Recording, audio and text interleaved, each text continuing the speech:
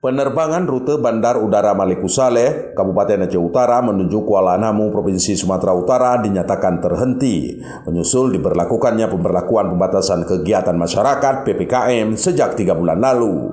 PLT Kepala Tata Usaha Satuan Pelayanan Bandara Maliko Saleh, Niswan mengatakan jalur penerbangan itu harus dibatalkan oleh pihak maskapai guna mentaati PPKM. Kata dia, berdasarkan hasil koordinasi dengan pihak penyedia maskapai Wing Air, rute penerbangan Maliko Saleh Kuala Namu terhenti hingga 30 September mendatang.